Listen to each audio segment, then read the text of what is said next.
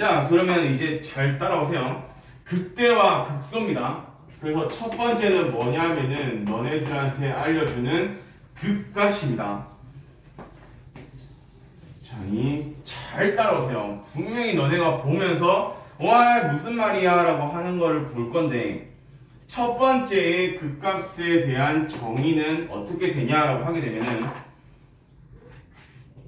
x는 a라고 하는 값을 a를 포함하는 어떤 범위에서 다시 말해서 어쨌든 어떤 범위인지 모르겠지만 이 사이에 a라고 하는 값이 있나봐요. 자, 어떤 것들을 막 쑤셔넣었던 함수값들을 막 비교를 할 건데 이 함수값을 막 비교를 했더니 a를 집어넣었던 함수값보다는 무조건 같거나 크대요. 정말 좋은 예가 뭐가 있냐면은 2차 함수거든. 자, 여기가 a라고 하는 개뻥을 쳐놓고 나한테는 지금 범위를 잡고 가려고 한다요. 그래서 이 범위에서부터 이 범위까지를 잡고 갈 겁니다. 그러면 여기에서 있는 모든 x 대신 대입해서 나왔던 함수값들이 있을 건데 우리가 알고 있는 것처럼 여기가 제일 작은 값이 되는 거잖아요. 그래서 x 대신에 뭐를 쑤셔넣든 나왔던 함수값과 비교를 했을 때 a라고 했던 함수값이 제일 작을 때 다시 말해서 a에서 제일 작은 값을 가질 때 우리는 여기를 뭐라고 하냐면은 x는 a에서 극소를 가진다라고 하는 얘기가 나올 거고 그때의 극소값은 뭐가 되는데 라고 하게 되면은 fa가 극소값이 될 겁니다. 뭔 말이지만 그냥 여기서는 멍뚱멀뚱 쳐다보기만 하면 돼요. 자, 두 번째요. 어떤 x들에서 막 대입을 해가지고 함수값이 있었는데 그것들을 막 비교를 했더니 나는 a를 집어넣었던 것보다는 무조건 작거나 같습니다. 다시 말해서 a를 집어넣었던 함수값이 제일 크다는 얘기거든. 그럼 얘가 결국 하다 보니까 우리는 얘를 뭐라고 부르냐면은 x는 a에서 극대를 가진다라고 하는 얘기가 나올 거고 이때 우리는 극대값이 뭐가 될 건데 여기가 fa가 될 거야 라고 하는 첫 번째의 극대와 극소에 대한 정의야. 그래서 첫 번째입니다. 115페이지죠. 115페이지의 맨 위에 있는 내용입니다. 자, 왜 이거를 합니까? 라고 하게 되면은 워낙 극대 극소는 너네가 한 번이라도 수출을 해본 사람들은 알겠지만은 자유자재로 쓰거든. 근데 그러다 보니까 한 번씩 페이크를 주려고 해. 페이크를 줄 수 있는 제일 좋은 방법이 뭐야라고 했을 때는 이상한 우리가 잘 알고 있는 정의 말고 헷갈려 잘 기억을 안 했던 왜냐하면 신경을 별로 안 쓰는 정의를 가지고 문제를 풀기 때문에 그때 나오는 정의가 지금 나와 있는 115페이지의 맨 위에 있는 정의입니다. 자, 뭐예요 했더니 A를 포함하는 어떤 열린 구간이 있을 거래요. 그 A 어쨌든 A가 들어가 있습니다. 그 구간에는. 그래서 함수값들을 막 비교했더니 fx 다른 x를 집어넣었을 때 함수값과 a를 집어넣었을 때 함수값을 비교했더니 a가 더 크대. 그럼 a가 제일 크겠네. 그래서 이때를 우리는 뭐라고 부르냐면 극대라고 부를 거고요. 그래서 우리는 이때의 함수값 fa를 갖다가 극대값이라고 부를 겁니다. 마찬가지로 x를 갖다가 막 집어넣었던 나왔던 함수값이 있을 건데 그 함수값들과 a를 집어넣었을 때 함수값을 비교를 했더니 a가 제일 작대. 그래서 우리는 이때를 극소라고 부를 거고 우리는 이때를 x는 a에서 극소를 갖는다. 그래서 극소값을 fa라고 잡을 거야. 그래서 이런 극대와 극소를 우리는 통틀어서 극값이라고 부를 겁니다. 자, 이제 보러 갑시다. 그러다 보니까 겁나 웃긴 게 보여요. 자, 이런 애들이니까 이런 애들에서 내가 지금 그러면 알겠다고요. 그럼 난 비교를 해보자는 거죠. 자, 뭐 A를 포함하는 구간입니다 했으니까 여기가 A가 있고 뭐 여기서부터 여기까지라고 생각을 할게요. 자, 이거에 대한 모든 X에 대해서 내가 함수값을 막 다 집어넣어서 갈 건데 첫 번째 A를 집어넣었을 때 여기가 A를 집어넣었을 때 함수값이 제일 작대요. 나머지들은 어떻게 되는지 모르겠지만은 나머지들은 어쨌든 간에 얘보다는 같거나 크다는 얘기잖아요. 그러면은 확실한 거는 이 라인보다는 다 위에 있다는 얘기지. 그죠? 그러면 이것들을 막 연결시켜 봤더니 뭐가 보이냐면은 결국 내가 이렇게 다 있다는 얘기잖아요. 뭐 있겠죠? 갔더니 결국 이런 그림이 모양이 나올 겁니다 라고 하는 거야. 어쨌든 여기서 제일 작아야 되는 거니까. 그러면 다 떼놓고 얘만 봤더니 얘가 뭐야 보여? 이때를 우리는 뭐라고 부르는데 극소라고 불렀는데 극소의 그래프 형태가 겁나 웃긴 게 우리가 알고 있는 아래로 볼록인 그래프랑 같이 연결이 되는 거구나 라고 하는 거죠. 저 그림에서만 설명을 했더니 저게 됩니다 라고 하는 거. 그러면 마찬가지예요.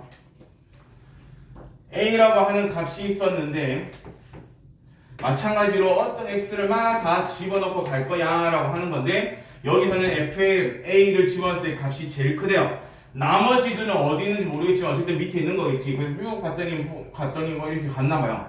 그래서 여기가 제일 큰가 보죠. 그래서 나는 전체를 보는 게 아니라 얘만 봤더니 우리는 얘 때 뭐라고 불렀냐면은 얘를 극대를 갖는다 또는 극대값이라 불렀고 이때 그래프 형태가 뭐가 되는데 그랬더니 얘가 위로 볼록인 그래프가 되는 거구나 라고 한 거죠. 그럼 니들이 이제 알고 있는 거 중학교 3학년 때부터 해왔던 2차 함수에서 아래로 볼록 위로 볼록이 나왔었던 거 아니겠어요? 그죠? 그랬을 때 우리는 뭐라고 불렀다고? 그걸 가지고 극대값 극소값을 찾아낼 수 있겠구나 라고 하는 거야. 그럼 밑에 있는 115의 체크를 보세요. 자, 오른쪽 그림은 y는 x세제곱 마이너스 6x제곱 더하기 9x 마이너스 1의 그래프입니다. 3차 함수의 그래프래요. 3차 함수의 그래프는 지금 당장 우리는 못 그려. 잘 몰라요. 하지만 여기서 극대값과 극소값을 찾아줘 라고 한 거야. 그러면 지금 나한테 그래프를 막 이렇게 준 거잖아요. 여기가 1이고요. 여기가 3입니다. 자, 극대값은 뭐라고 했냐면은 첫 번째는 이거 주위에서 막 비교를 했더니 이 값이 제일 커야 돼 라고 했던 거였고 이 극소값은 근처 값에 비교를 했을 때 이 값이 제일 작았어야 돼 라고 했던 게 극소값이거든. 그런데 겁나 웃긴 게 뭐냐면은 시간이가 눈을 감고 있기 때문에 1 근처에서 내가 이만큼에서 이만큼을 뽑아가지고 비교를 했더니 함수값들이 막 나오는데 그것들이 제일 큰 값은 여기니까 여기가 극대가 되지 않겠니? 라고 한 거야. 근데 여기서부터 여기까지 내가 잡아버리면 다 비교해버리면 여기가 제일 큰데 라고 하는 거잖아. 그죠? 그런 건 또 아니거든요. 다시 말해서 뭐냐면은 여기에 숨어있는 얘기가 x를 a를 포함하는 모든 범위가 되는 거야. 그 중에서 a 값이 제일 커야 됩니다 라고 하는 거니까. 그러면 여기서 우리가 헷갈리니까 저는 범위를 어디서부터 어디까지 잡아야 될지 모르겠어요 라고 한다고 하면은 그냥 우리가 했던 것처럼 쉽게 가면 되잖아요. 위로 볼록이었을 때 아래로 볼록이었을 때를 찾으면 됩니다. 그러면은 위로 볼록이었으니까 x가 1했을 때 x가 1에서 우리는 극대를 갖는다라고 보는 거고 아래로 볼록인 상황이면 이것밖에 없는 거니까 결국 x는 3에서 극소를 갖는다라고 보는 거죠. 그래서 나한테 물어보는 극대값과 극소값을 계산해 줘라고 했을 때니까 극대값은 f1이 될 거고 극소값은 f3이 되지 않겠어? 그래서 여기다가 대입을 하는 거죠. 1, 6, 9, 마이너스 1일 거고요. 여기는 3, 7, 7, 9, 6, 54에 27에 마이너스 1 이런 식으로 답이 나오는 거죠. 이렇게. 그래서 극대값과 극소값을 알려주는 첫 번째입니다. 오케이?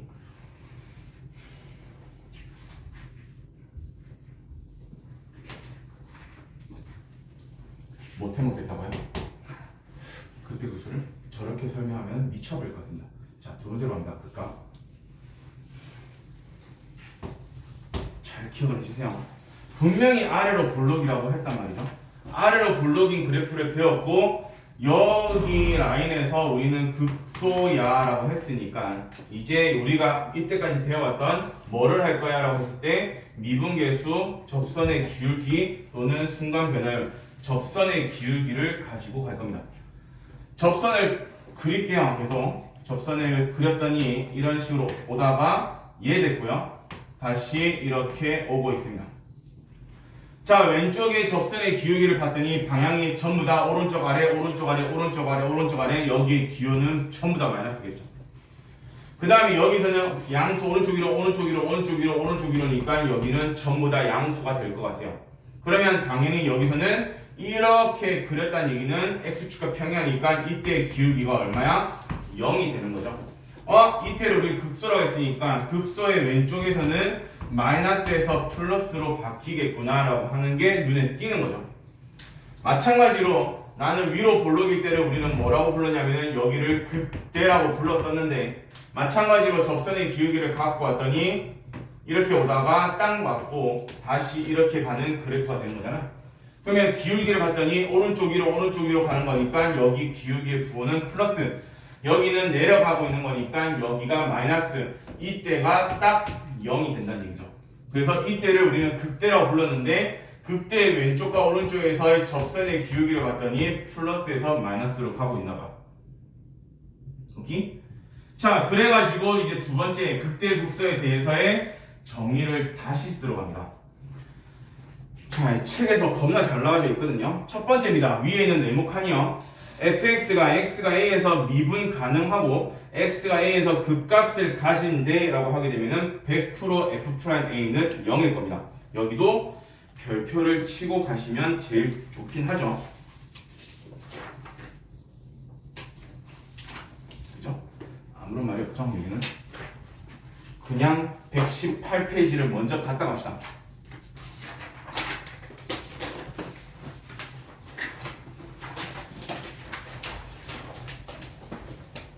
앞에 거랑 연결시킬 겁니다.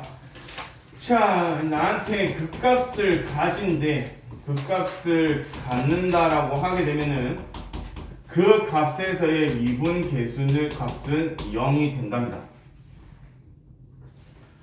자, 그래놓고 지금 118페이지 나오게 되면 위에 있는 별표 있는 거죠. 거기를 둘 다 별표를 치고 가주세요. 극대와 극소입니다.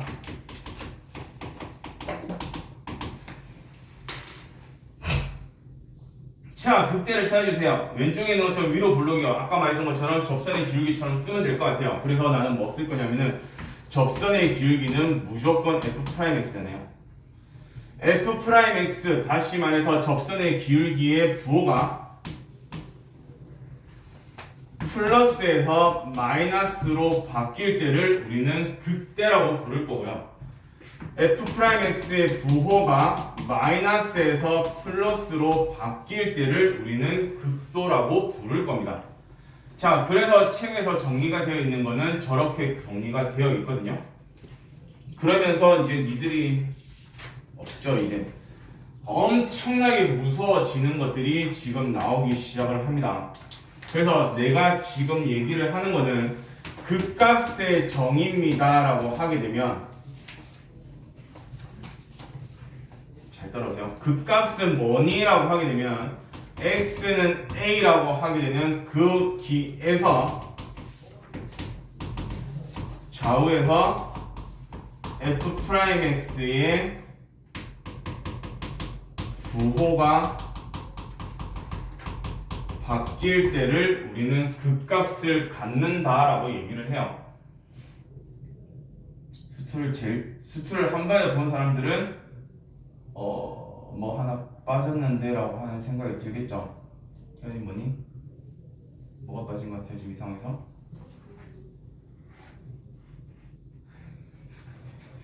자고 싶죠? 자, 잘 생각하세요. 극값이라고 하면은 나는 무조건 좌우에서 부호만 바뀌면 됩니다라고 하는 거거든.